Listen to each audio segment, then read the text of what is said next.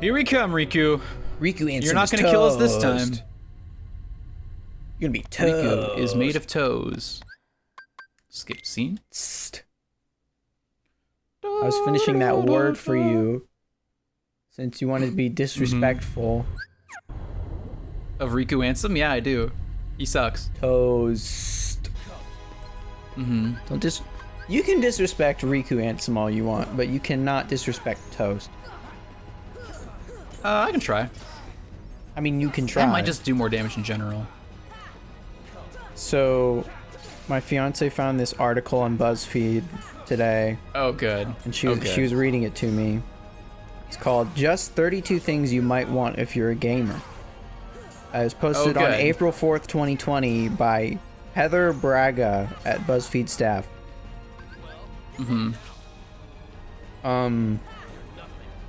And she saw the headline and she was like, oh, maybe there'll be some like Christmas gift ideas. And she started reading them and we were like,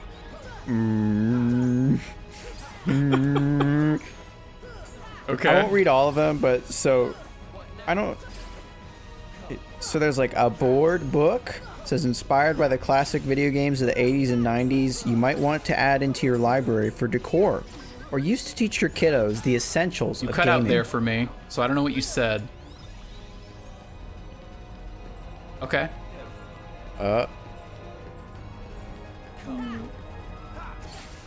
Block. Yeah, we had bad connection there for a second. That's gonna be confusing. A real bad time for it, unfortunately. Yeah. So did you hear about the board book? Yeah, I heard board book that you might want to add to your collection. That's the last I heard. Yeah, and it says you might want to add it into your library for decor, or use to teach your kiddos the essentials of gaming. Great. Yeah, I hope my kiddos know the essentials of gaming. A download of The Sims 4. To help you happily bring back your childhood obsession with building your dream home and setting up and destroying relationships in a community of your own making. Best game ever. Yeah. You know, the one by EA, which you have to buy expansions to actually do things. You want to start a family in The Sims? Hope you're ready to pay up. Yeah. Families are money, Micah. You don't know that? Yeah.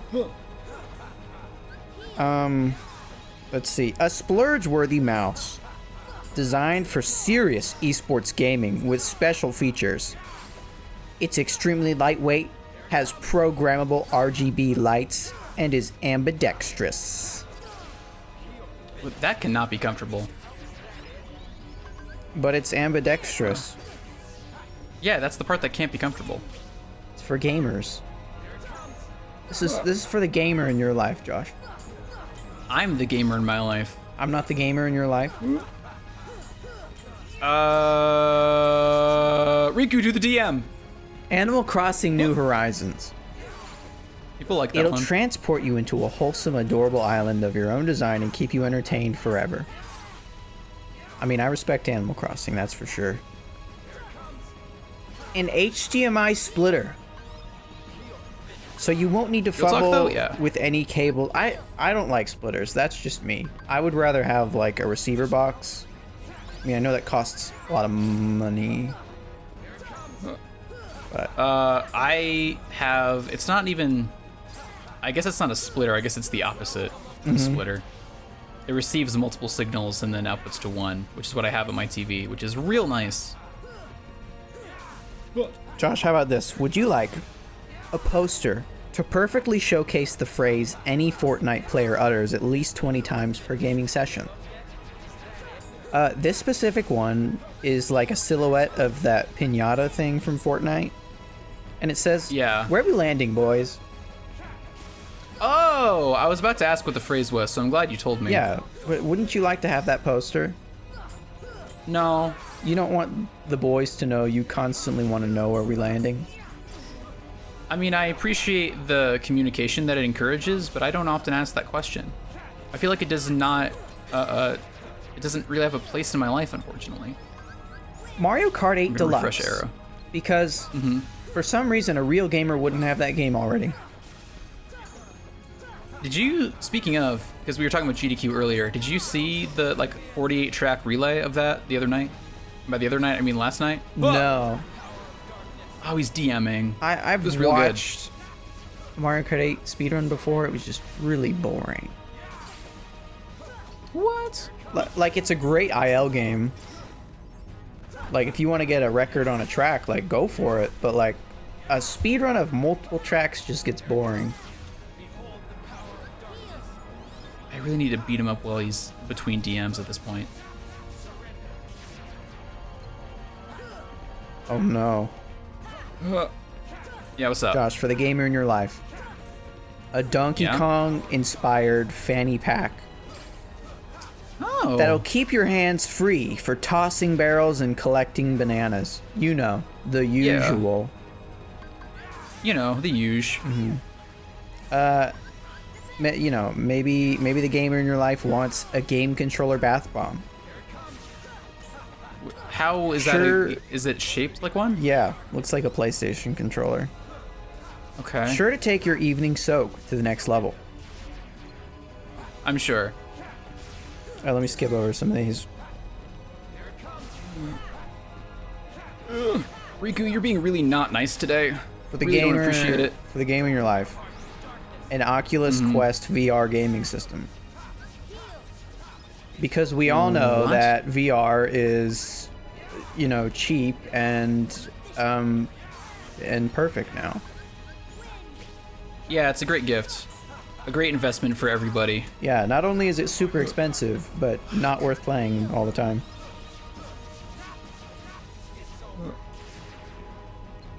$3.99. I could buy so many other things for $3.99. You could. You could almost buy a PS5 for that. Josh, how would you feel about a deck of Fallout playing cards? Is it one of the things that came with the Fallout 4 pre-order that they had to resend? Well, you know, they'll keep you company while you attempt to survive in the aftermath of a virtual nuclear war, or like when you decide to take a break from staring at your screens. Yeah. Because we all know responsible gamers. Oh no, wait, wait, this says something even better. A Sonic the Hedgehog device holder, because even the most committed gamers should hit pause and give their hands a temporary rest. What do you mean by device holder? What devices? It looks like a Sonic amiibo. Fuck! But it's bigger, Yeah? and his hands are like out front of him and like cupped, and he's holding a controller. Because Josh, if you're a committed gamer, even you will hit pause and give your hands a break. I wish I could do that right now, to be honest. I mean, we can pause the episode for you. Nah, we're like halfway through. Nah. I got time for one more go. I got time. I was so close.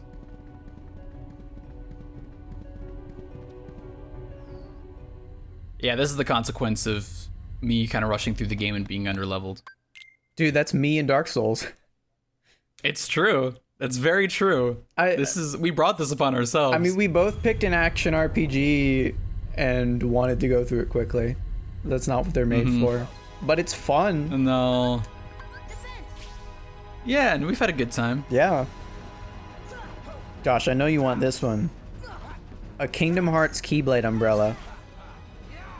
I've seen those. For a shout out to your favorite Disney video game. Especially on a rainy day when you'd much rather be at home gaming. This is so out of touch, I love it. But it's BuzzFeed, Micah. It's culture. BuzzFeed. I'm pretty sure when we used to name our combo move episodes, we had one called BuzzFeed Move, and then there was a part 2, right? Yeah, it was during Ocarina of Time. Because we had just nothing to talk about, like, in the last recording session for that game. And you just read me BuzzFeed quizzes while I went through Forest Temple. Back in the day, man. Yeah, I was just amazed hearing these things. It's like, I don't want all of this. Let's see. You don't want all the gamer stuff? Oh, here's a good one. An ultimate video game trivia set to put you and your friends' knowledge of video games to the test. and determine once and for all who is a novice and who is a noob. Ow. You guys remember when the word noob started becoming popular? Sometimes that still pops up in games and it throws me for like a cultural loop. It throws me for a cultural noob. It's kind of cringy. Like, if you call someone a noob, you're probably cringy. Unless you're doing it ironically, then that's fine. No, dude, look, you don't want to open the door to ironically saying things. Josh, That's not, nobody says things ironically. you are a noob. See, this is the issue. If you ever say something, you're like, oh, I'm just saying it ironically. No, you're not. You've already lost. Oh, look, I agree. I mean, I think it's possible to say things clearly ironically. I mean, we do that all the time. We say things sarcastically, it's not ironically. You don't think sarcasm is a form of irony? I mean, the way we use irony in day-to-day conversation isn't even actually irony in a literary sense. So no, but no, I don't. Sarcasm is not irony. I guess. I feel like it is. That's just me, though. Well, that's because people, when they say something ironically, what they are trying to do is say it sarcastically, but that's not actually what they're doing. Okay, I can commit to saying things sarcastically. Yeah, because if you wanted to, so like when you, with our culture's current like vocabulary, if you were to call me a noob ironically, if irony was the same thing as sarcasm, you'd be like, yeah, you noob, like you draw it out, like there's an emphasis on sarcasm. But no, like when we say things ironically in our culture, Riku, I really need you to stop, just please for a second. We just like add it to our vocabulary and then claim it's ironic. I mean, I guess. I don't think like you make fun of something by doing it, but you kind of, in the same way, you kind of admit to thinking it's funny and cool. Yeah, which is the problem. Like when dabbing like was it's not cringy, actually so ironic. then everyone dabbed to be ironic, and then it just became cool to be cringy. Because you were like, quote, making fun of it. Yeah, because again, how we define cringiness is weird. We just say cringy when people are enjoying the things they like. Hello, guys. So that's one thing. I'm your host, Cringe. I am Binjel. But no, I don't think irony and sarcasm are the same thing, because if they were, we wouldn't use them different occasions. Well, I don't and think like they could be synonymous. I don't think they're the same thing. I just feel like sarcasm could be a form of irony, or a subcategory of irony. In what way? I mean, I'm Allah. That's a good point. I considered that. I don't know. I don't have a good explanation. I just don't think so. Like sarcasm is just a way of speaking. Irony is a circumstance. Well, yeah, I mean, irony is like things that shouldn't go together. And so you're saying something that clearly doesn't go with what you mean. That's not even irony. Like, again, we have to figure out how are we talking about irony? Because how we use it in our language is so, like, there are so many different definitions. Mm-hmm. Because are we talking about literary irony, or are we talking about, like, cultural irony? Because if it's cultural irony, there's, like, no real definition for it. We gotta, like, make it up right now. Just talking about irony in general. I mean, it's a large umbrella. It encompasses a lot of things. Yeah, but that's my point. So we're talking about cultural irony. So then we got to figure out like what exactly we're talking about. How are we defining irony? Well, are you talking about cultural irony, or are you talking more situational?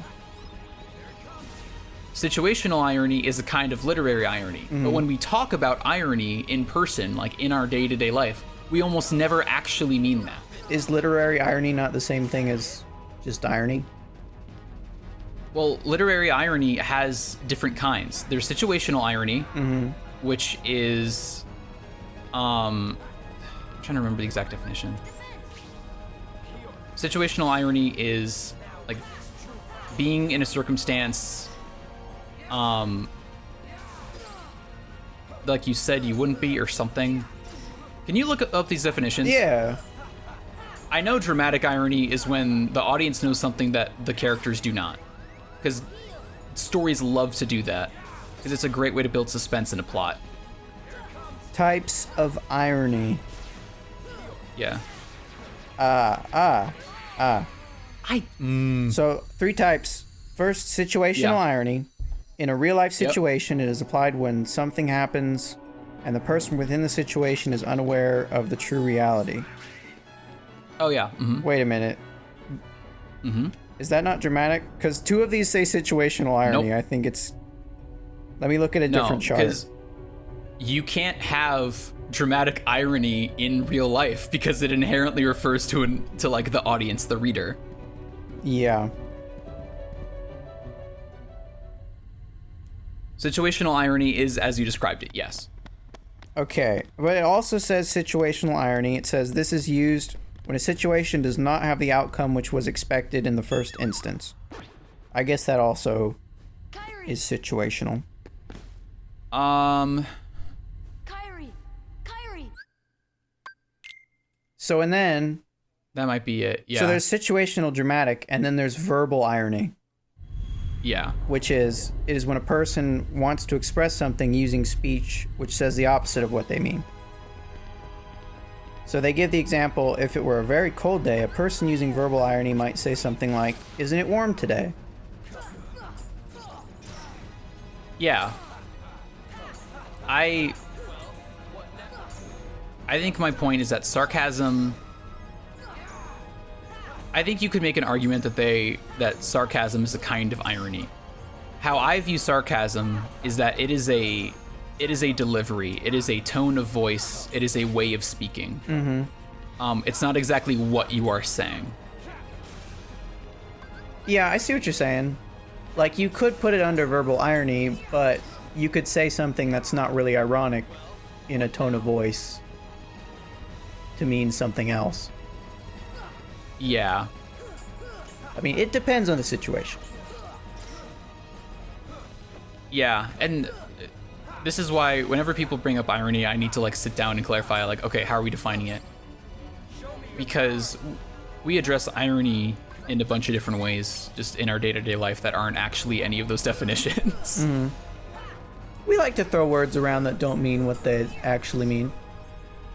We do, and there's an argument to be made of like, oh, well, if we use a word this way, then now it means this, and that's also true. So it's not like wrong to use irony in the way that we use it, but because it just like has developed out of our culture and not necessarily out of a definition, it's harder to pin down and actually communicate an idea with. And that's my frustration with it. Yeah, well, I mean, everyone has their own definitions of a word in their head. Yeah. Everyone thinks differently. We don't all perceive things the same way. We don't. Ooh, I really hate this fight. Dude, you're a champ. Well, thank you. You're killing Riku with irony. Pretty ironic, right? Yeah. He hates you so much, he's like, "Arr! Stop saying irony when you mean sarcasm!" That's me when people talk about coffee. Coffee? I get upset about how people refer to coffee. You know this about me. Maybe I forgot. I used to get upset with this all the time to our friends. Boost my memory. So coffee has become an umbrella term for a family of drinks. Okay. In our culture. But coffee is also a very specific drink. So it is also like a flavor now because we've put that flavor into other things. It's a lot. So people will be talking about like a frappuccino, but they'll say coffee. Oh yeah, that's not what they mean. Yeah, so they don't mean coffee is in the drink, they mean coffee is in the family, which is fine. I just wish that we hadn't decided that coffee was the umbrella term for that family of drinks. Okay. Because all it does is, like, it just muddles the meaning. Okay, so you perceive coffee as like coffee, maybe some cream and sugar. People... Yeah, even I wish that there was another term as well for coffee with cream and sugar, because if you need to define, oh, coffee with this, then you're not doing coffee anymore. It's a new thing, which is fine. But people are always like, no, I like coffee. I'm like, you don't need to be like prideful about it. Just I'm just trying to specify what it is you like. It's okay to not like black coffee, but I guess now we have black coffee as well, which is just straight up coffee. So it's a whole thing. It's weird. We have the ability to make words that concisely express the things we want to say, and we just don't do it, and it frustrates me. I understand. Yeah, but I get upset when people are like, yeah, I like coffee, but don't drink actual coffee. They drink like frappuccinos and other sweet drinks, which are fine. I like those. They're chill. I wouldn't say I like coffee. And it's not like people get really defensive about it. Like, no, I like coffee. I'm like, it's not like a pride thing, you know. You're not a less person if you don't like coffee. You're not like less mature or whatever. You just don't like the drink that you are saying you like.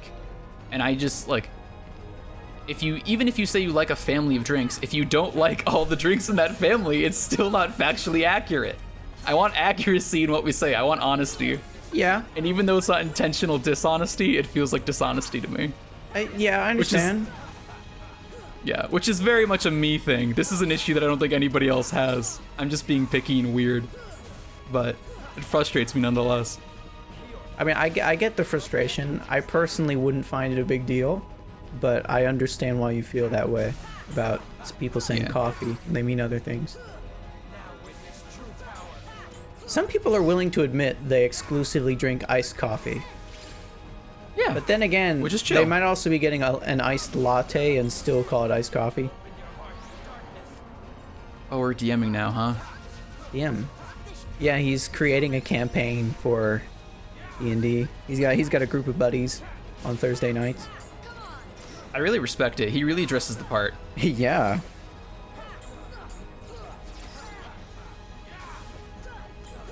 Rico. This is just... I just need to do damage between DMs, and it's so tough to do that. He's a toughie. He is a toughie.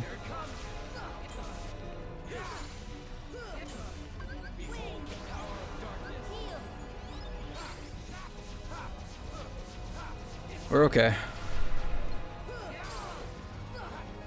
We can do this.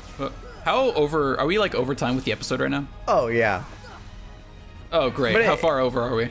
I don't know. It doesn't keep counting when the timer goes off. Oh, you do it with an actual timer. Yeah. I do a stopwatch. Oh, no, because if I don't pay attention, I won't notice. I need like an alarm or something for a timer. I see what you're saying. But listen, I mean, if we go over, that's more content for you guys at home. It's true. And we beat Riku. Ideally, yeah. We beat Riku Ansem.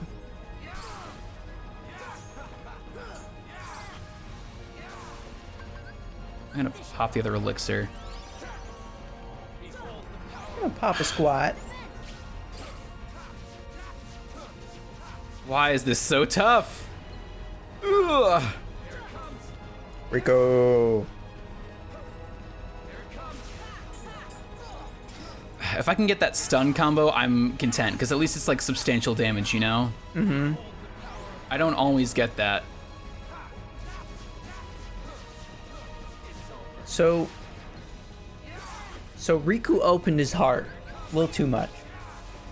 Yeah, to darkness. And Ansem is like the master of darkness. He's been like researching it his whole life, I guess. Yes. So he somehow took over Riku's body? Correct. What happened to Ansem's body? A great question. Well, so think about, we haven't read a lot of the Ansem reports, so your knowledge might be lacking. Do you remember what a Heartless is? I know what a Heartless is, but like, you mean the specifics? Yeah, like what are they? They're dark. Yeah, so a Heartless is what happens when somebody's heart is consumed by darkness. Okay, yeah. I don't have enough magic for arrow right now. I just need some, please. See, that's not ideal. This is a bad spot to be in. Hang on, remind me what I was saying? I'm really trying to multitask here. That's okay.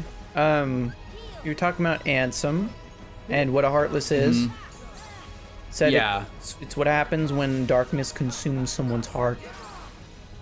Yeah, so Ansem researched the Heartless and ended up consumed by darkness. Makes sense. And became a Heartless himself. Oh. So Heartless are like former people? Yeah, they're the hearts of former people. Oh. I thought they just manifested when someone's heart was dark. They kind of do. It's tough, and it's tough for reasons that this game doesn't get into yet. Please stop. Riku, I really need you to give me the win here, man. I really need some new episode stuff. No. I have no items. Okay. Come on. Yes! They call him Clutch Daddy! Woo! That was so rough. That was so rough. What episode has this been? Was this 3? This is our 4th of the current session.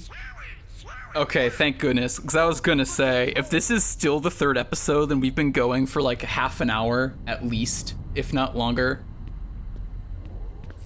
Riku. Okay, look. It's been a long episode. Hope you enjoyed the combo movie. The combo movie. We'll be back tomorrow. Or in 2 days for you. We'll be back. See you then. Bye-bye now. Bye-bye.